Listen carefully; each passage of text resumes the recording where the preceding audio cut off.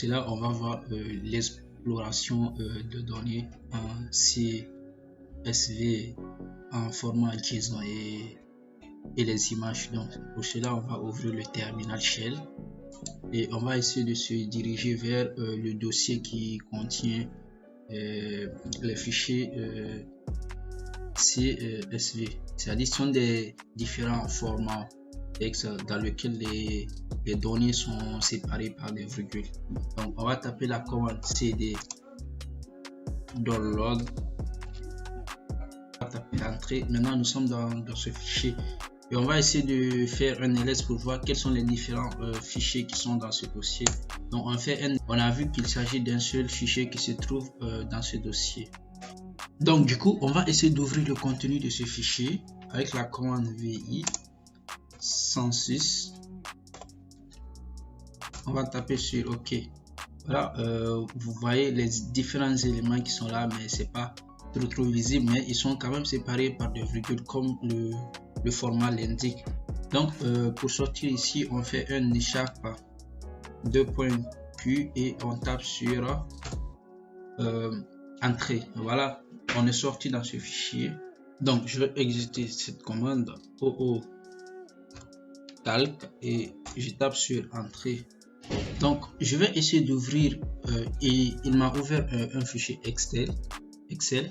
Donc l'idée c'est d'ouvrir le fichier 106. Donc je fais open, je vais big data, je clique sur le dossier CSV. Donc j'ouvre ce fichier. Donc OK, voilà, ça se charge.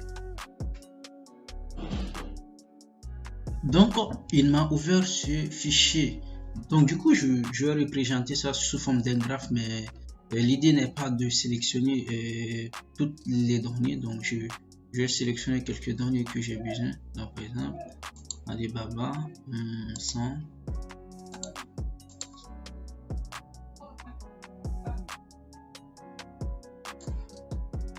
jusqu'en 2015. Donc après avoir sélectionné les données, je peux cliquer sur chart, voilà, pour essayer de voir. Voilà, finish. Du coup il m'a créé un graphe par rapport à cet élément. Donc si on essaie d'explorer les données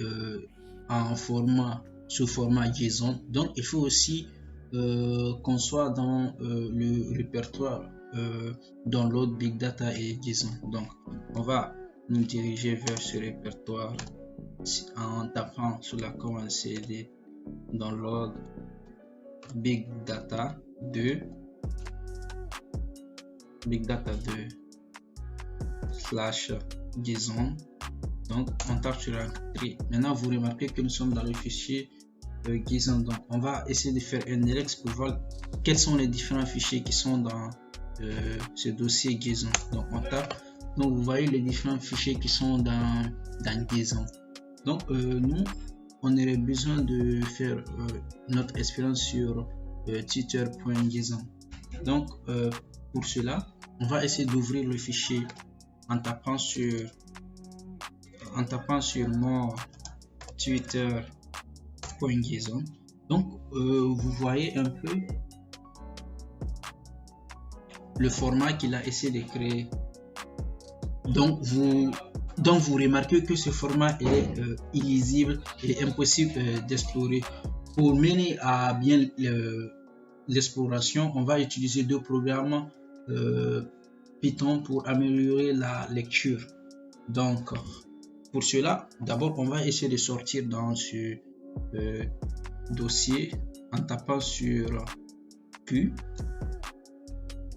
Voilà, donc nous sommes sortis dans ce fichier, j'allais dire. Donc pour essayer de visibiliser ça, on va exécuter p/json schema.py et on va taper sur twitter.json moi.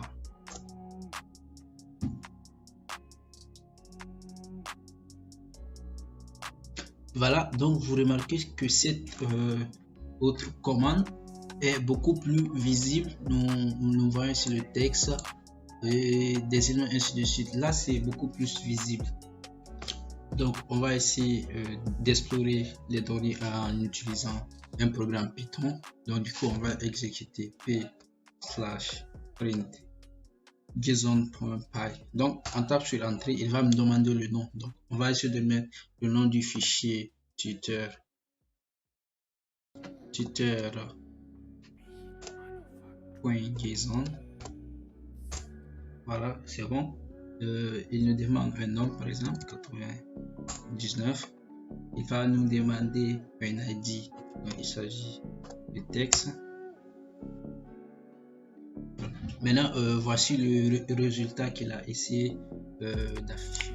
Donc, du coup, toujours pour continuer, on va essayer d'explorer les fichiers images. Donc, toujours les mêmes étapes. Il faut d'abord se placer dans le dossier image en passant par download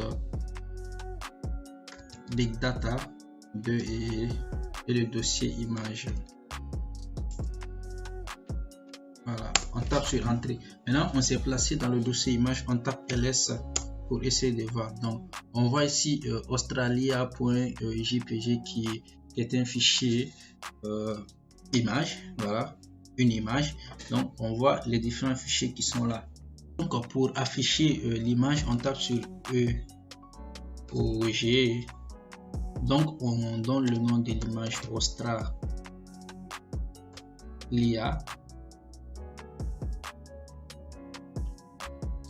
Donc, on tape le nom de l'image australia.jpg. Donc, quand on clique sur OK, nous avons l'image qui s'est affichée. On peut utiliser toujours les propriétés Python pour afficher la dimension de l'image. Donc, p./dimension by et le nom de l'image Australia.jpg.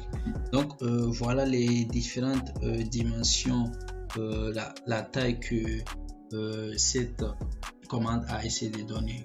Vous voyez l'image en RGB.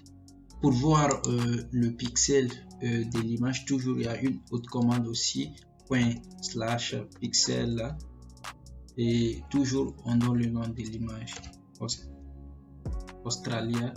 Donc, si on veut voir en 0 par exemple, voilà, on voit en RGB. On peut donner des différentes valeurs ici pour essayer de voir comment va être affiché en RGB. Donc, c'était tout pour